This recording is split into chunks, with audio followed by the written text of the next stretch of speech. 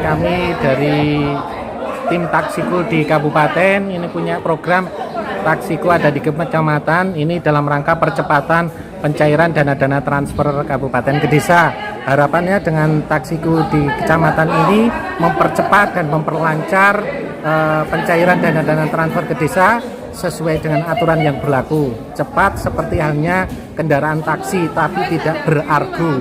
Terima kasih. Assalamualaikum warahmatullahi wabarakatuh.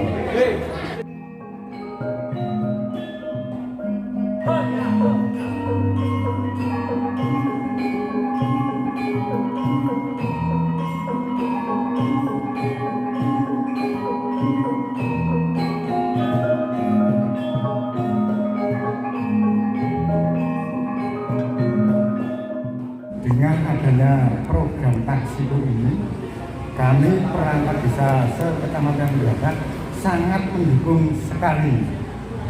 Dan selanjutnya untuk dilanjutkan secara kontinu.